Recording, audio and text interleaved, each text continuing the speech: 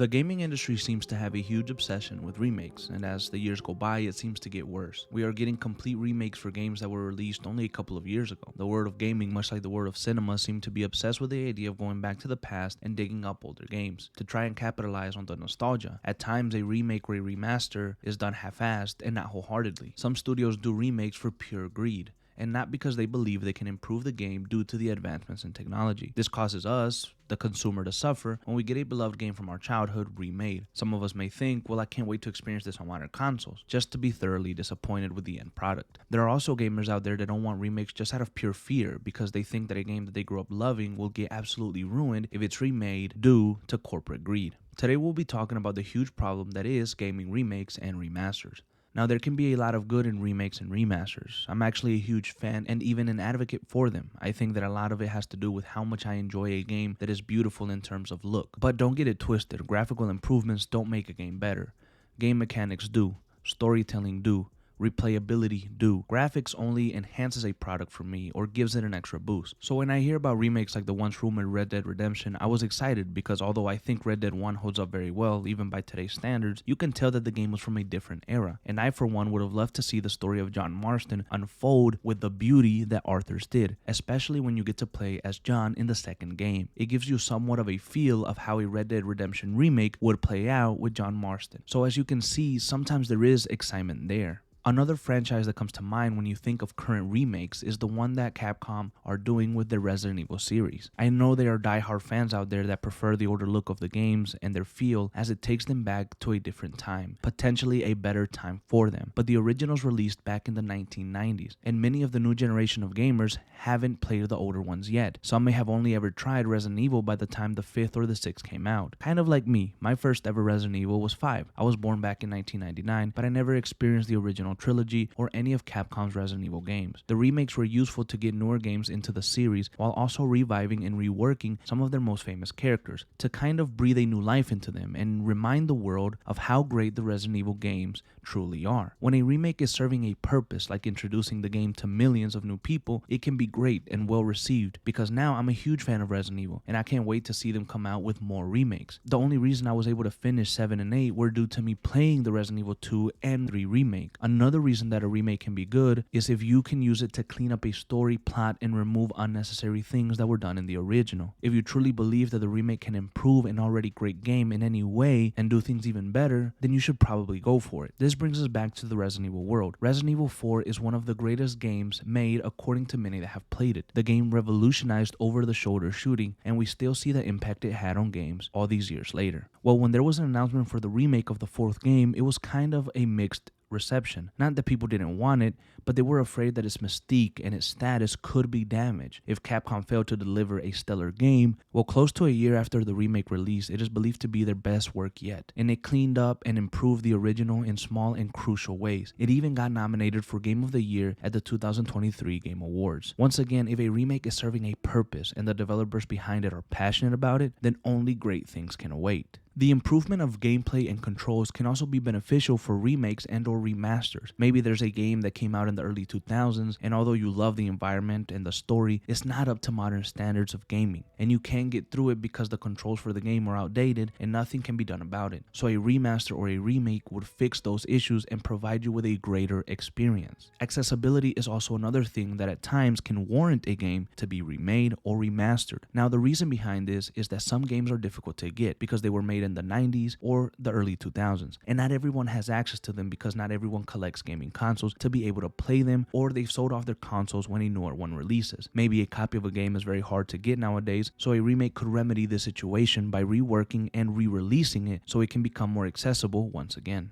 So now that we've established that remakes can be good, there's a lot of remakes that we've received that have been great. Some of these include Demon's Souls 2020, which brought many gamers back to the classic PS3 title and introduced many new gamers to it that otherwise would have or could have not played it due to it being locked on the PS3 console. And another great remake is Destroy All Humans, which released in 2020. It was a remake of the classic 2005 title. Once again, this introduced many to the fun and wacky game that took us back to a different time and an era, but updated the game to feel and look stunning while keeping the same nostalgic feeling alive. And one of my personal favorite remakes ever would have to be Mafia: The Definitive Edition, which also released in 2020, and it is a remake of the original that released back in 2002. This game completely retold the story of the legend of Tommy Angelo, a simple cab driver that turned mobster and shook the Mafia to its core. Mafia is a long-standing series in gaming, and one that many would say peaked with its second installment, Mafia 2, that followed World War II veteran Vito Scaletta and the golden age of the Mafia. To me and many others, Mafia 2 had the best game, the best story, the best protagonist. I never played the original and I didn't even care for it, but when the remake released and I got my hands on it,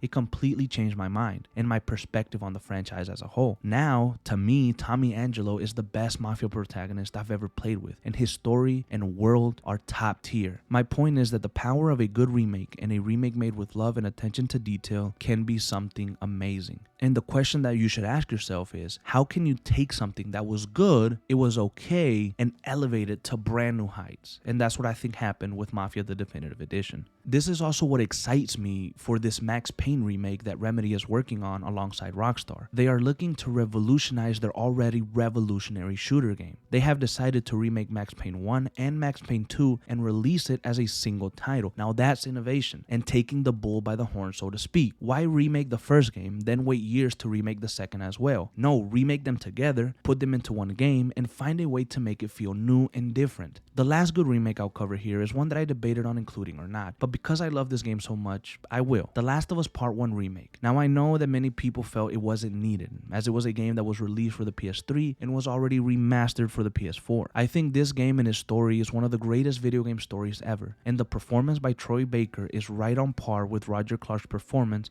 as Arthur Morgan. My personal opinion is that making The Last of Us Part 1 look like Part 2 in terms of graphic, facial expressions really elevated the game and Troy Baker's performance, and sometimes that is all that is needed to make a perfect game just a little better.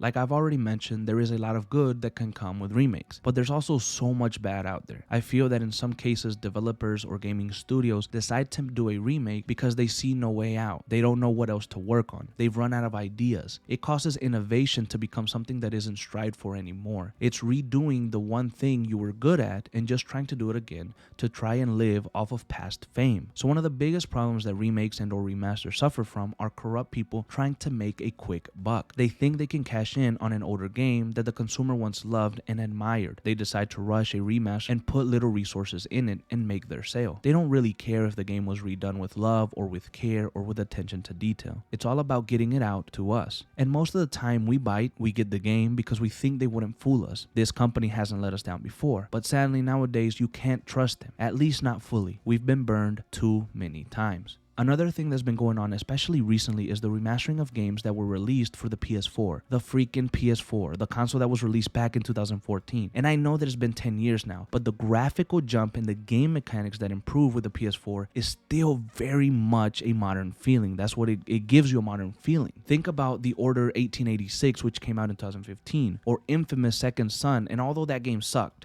and I'm sorry, but it did. It looked and played incredible. Even Red Dead Redemption 2, that was a PS4 game, and it looks ridiculous. God of War, these games look great. One that'll be a focal point, however, is The Last of Us Part 2. Naughty Dog really sat there and remastered the game. Why? I do not know. It's a game that was released 4 years ago. 4 years ago. Trust me, it doesn't need it. Not at all. Not one bit. The game was beautiful upon release, and it is still beautiful now. If you never, ever played the game, sure, the remastered one is the way to go. Otherwise, why buy it? The only positive I see is that the owners of the game only have to pay $10 for it. But see, that's how they get you. Oh, you only have to pay $10 if you already own the game. You only have to pay $10 for a game that we've already bought and played years ago. But yeah, here's another $10 so we can run it at 60 FPS rather than 30. It's ridiculous. Like I said, I'm an advocate for remakes and remasters. I love them and I think they are needed. But when we are remastering games that were released this decade, in 2020 to be exact, I just don't get it. And that's the problem. Once again, the suits just want money, money, money. That's the bottom line. This is affecting the industry in ways we haven't fully even seen yet, because other studios or gaming companies will end up thinking they can re-release a game that isn't even 5 years old and includes some extra levels that serve no real purpose to their story and make a couple more $1 million. The remaking and remastering of games also takes time away from studios that want to work on a new IP or their next big game or their next big project. It holds them back because they are working on things that they have essentially already done. This is where the creativity for new games is questioned by many. The fans believe that there are no more original ideas. That's why we keep playing and recycling the same things over and over again. It's like the creative teams aren't being pushed to tell new and original stories. This is something that can continue to get worse if it isn't stopped or limited in any way. We have to get back to original ideas. If not, we will end up playing the same games forever. There are some pretty bad remakes and remasters currently out. Some that come to mind include Grand Theft Auto, the Trilogy, the Definitive Compilation. No, let me get this right. The Definitive Edition Compilation. First of all, that's a really long title. But I can't lie, when they announced this, I was overjoyed. I was happy. My all-time favorite GTA as a kid is being remastered. I will finally be able to play it again after years and experience the crazy and bright Vice City. The hype was real. The talk on YouTube was heavy, and it's Rockstar freaking games. When have they let us down? I sure as hell don't remember when. Well, it was the biggest pile of dog shit that I have ever seen.